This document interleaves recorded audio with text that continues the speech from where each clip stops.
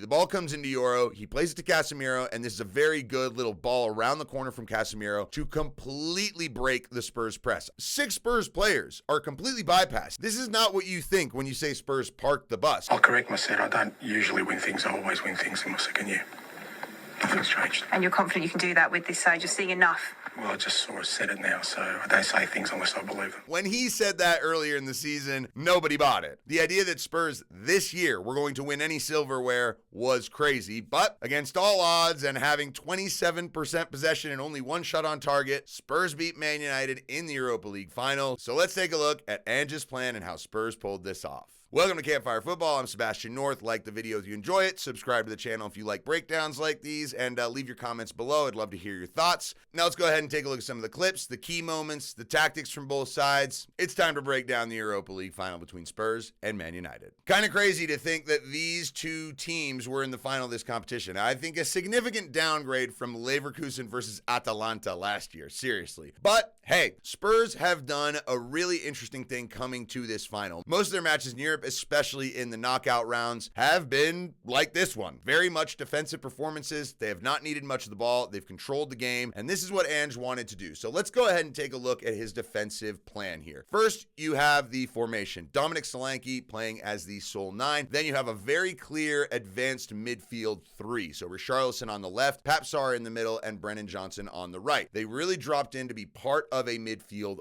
5. And the other 2 players are Bentancur and Bissouma, who would be the double pivot. Then Spurs had a back 4 with Udogie, Van de Ven, Romero, and Porro. And the idea was to counter Man United's 3-4-2-1 with the fullback. So here's how you do it. Lenny Yoro plays the ball out wide to Mazraoui, and the player going forward to pressure him would always be the fullback. So Destiny Udogie here runs forward, makes sure that Mazraoui knows he has pressure, and the ball gets bumped back. Now, these were triggers for Spurs. When they could, they would chase United and make sure that they got the ball off their foot, because actually, Man United are very predictable with the way they move the ball. If you can read this and actually press at the right moments, you can force them into areas where it's easy to press. So here, the ball goes from Maguire into Dorgu. Who is the one to pressure? This time it's Porro, the right fullback. So he goes in, Dorgu drops it, and now it's the opportunity for Brennan Johnson to press the left center back, Luke Shaw. As it goes back all the way to Onana, now Dominic Solanke can go up, try and cut an angle off, send him into one area. So Euro gets this, and he's looking to play it out to Mazraoui, but he can't, because take a look at where Richarlison got. He got to where he could cut the ball out, and now Spurs are matched up. Pap Sarr would be right on Casemiro most of the game. Yves Bissouma stepping up to follow Bruno Fernandes. There are no open players in advance of the ball for Man United. So where you got to go? The only open player there is your goalkeeper. And as soon as it goes there, Solanke continues to run. It goes out wide to Shaw. Brennan Johnson collapses on him and makes the tackle. This is what Spurs wanted to do off the ball all game. And frankly, they did it very, very well. Now, on the ball, Ange did not really want long stretches of possession. That was abundantly clear. They wanted to keep it simple. And when they had it with enough time to look up, you would actually see that Brennan Johnson and Richarlison would join the front line.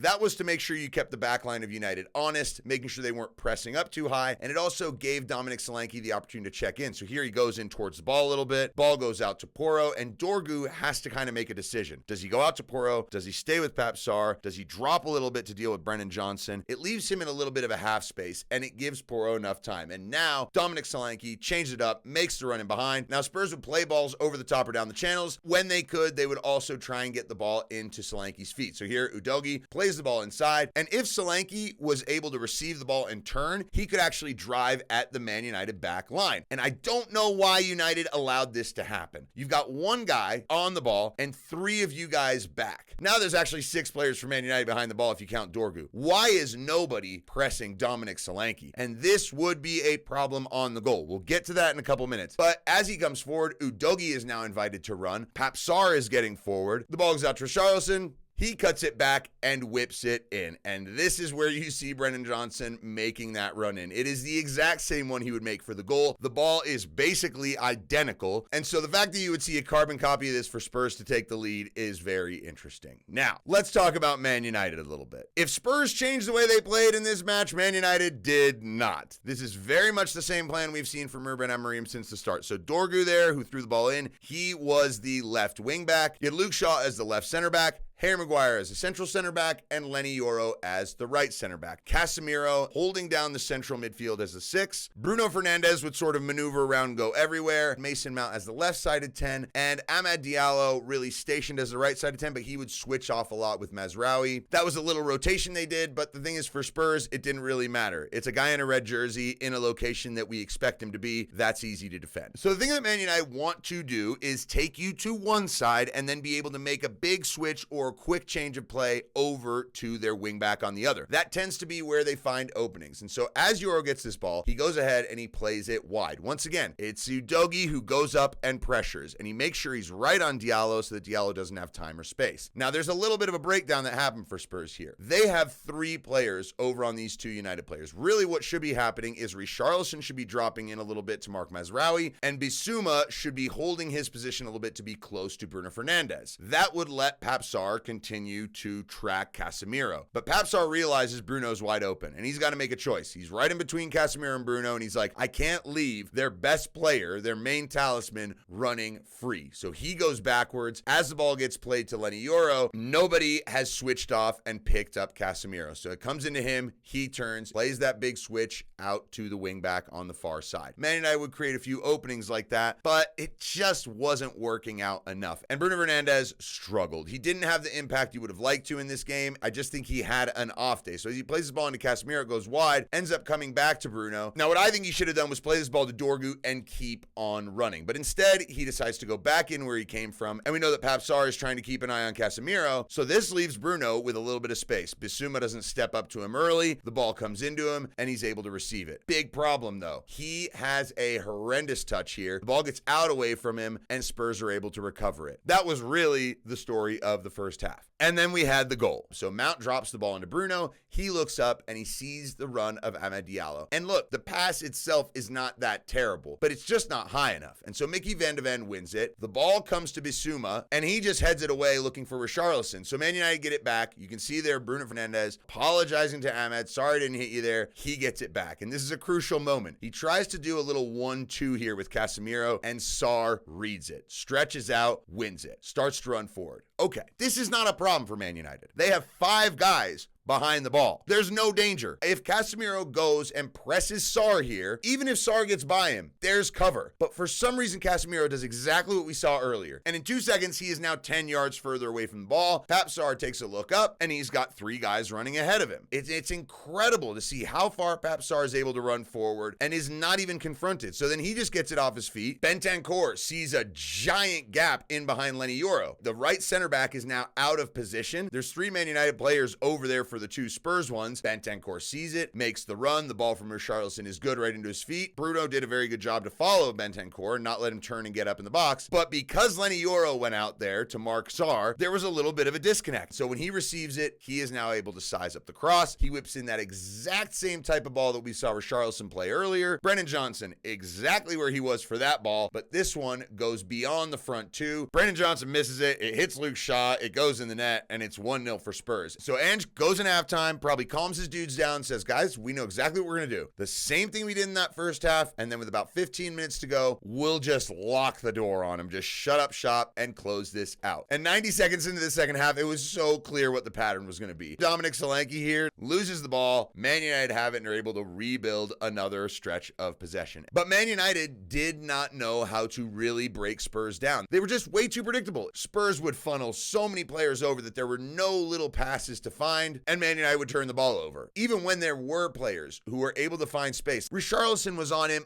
immediately, and then Spurs would shift across and just make sure everything was locked up. The ball goes out here to Mazraoui. He takes a look up the line. Yes, he's got Amad running, but Bissouma is there, and Amorim at this point was starting to sweat. It was like, how are we going to score a goal? Especially when your main weapon of being able to go to your wingback starts to fail. Yes, Dorgu is open on the far side, but Mazraoui's he's going to hit this with his weak foot. He's going to sail it way in the air, and Porro's going to read it. So this one just gets cut out. Then we've got another one here. Dorgu looks up. This should be a much better ball from him. It's on his strong foot. If you're going to hit this switch, you got to get it there. And it's another opportunity for Spurs to win it and go forward. Here, Man United had a genuinely great opportunity. The ball comes into Euro. He plays it to Casemiro, and this is a very good little ball around the corner from Casemiro to completely break the Spurs press. 6 Spurs players are completely bypassed. This is not what you think when you say Spurs parked the bus. And as Mazraoui controls this ball, there is one place it should go. Just straight across out to Luke Shaw,